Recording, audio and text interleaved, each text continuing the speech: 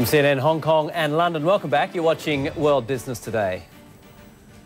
As we were saying a little earlier on in this very show, here in the UK, we may be looking for something to drive the economy, but some people out there are just looking for something to drive. And economy, it seems, is no object here. 2011 was the best year yet for sales of Rolls-Royce cars, and Rolls-Royce's one-time stablemate, Bentley, continues to perform well as well. Late on Thursday, this company unveiled its latest set of wheels, and I got a chance to have a look with the head of the UK's biggest luxury car dealer.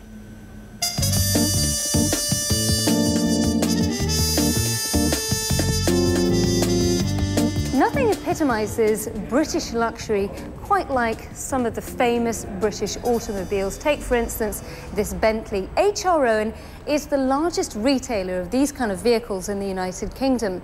And to mark its 80th birthday, well, the company is responsible for launching this. It's Bentley's latest addition to its lineup. Now, to talk me through what it's like launching a vehicle like this onto the open road, so to speak, is Joe Doyle, who's the chief executive of H.R. Owen. So how much does this vehicle cost? So it retails at about £123,000. That's about $180,000. The whole feature behind the vehicle is it's running on a V8 engine now. It's got an 8-speed automatic gearbox. But it is more environmentally friendly than some high-performance vehicles. It does. One of the key features of this over the existing model is that it's 40% more economical. So this vehicle here will drive 500 miles on one tank. Impressive.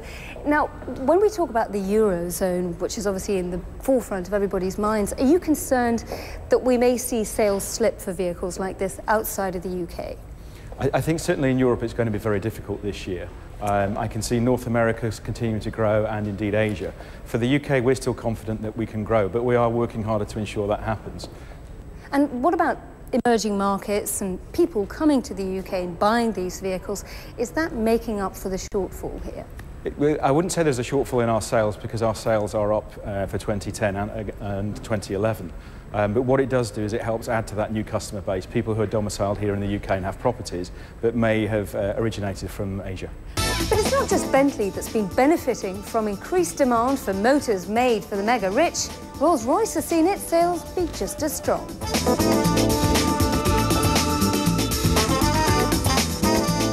Well, again, it's down to the introduction of new models, like, for instance, this. It's the Rolls-Royce Ghost. It came onto the market 2 years ago, and it's been so successful that it's one of the reasons why this company has had to ramp up production 118% since. Let's look inside.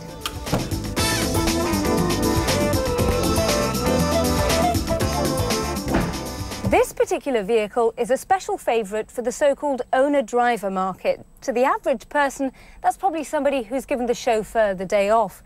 Jokes aside, the price tag of cars like this is no laughing matter. This one alone is worth some $400,000. And that's probably one of the reasons why this is the last time I'm going to get to sit in the driver's seat of a luxury British vehicle like this. But hey, a girl can dream, can't she?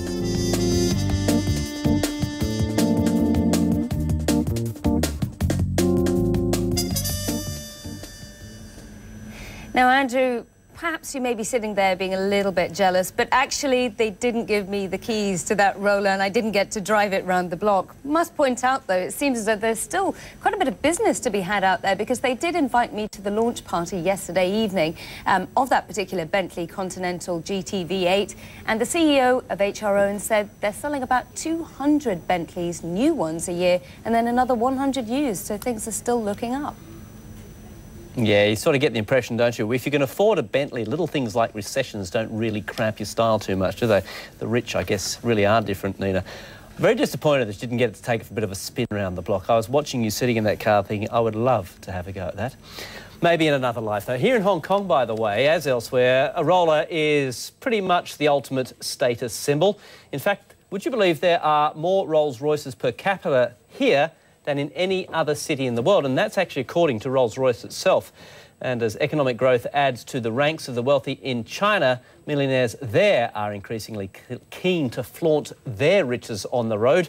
A $1.2 million Rolls-Royce Year of the Dragon Special Edition Phantom sold out in China get this, even before it made it to the showroom. Amazing, Nina. I'd have to say that the Peninsula Hotel here in Hong Kong has got this great reputation of buying rollers sort of job lots. It bought 14 a few years ago, the big long wheelbase Phantoms, to get its people around. So there's still a bit of demand for the car here. Yeah, and then we should also point out something else that's quite interesting that's just hit the news today. Andrew, in the luxury car space, Ferrari, for instance, has been hampered in its efforts to launch its new Formula One car in Maranello in Italy, largely because of the snow. So it seems as though people are still very much interested in these luxury cars, but for the moment, those launches, a bit touch and go. Now, let's go to a big story in the United States.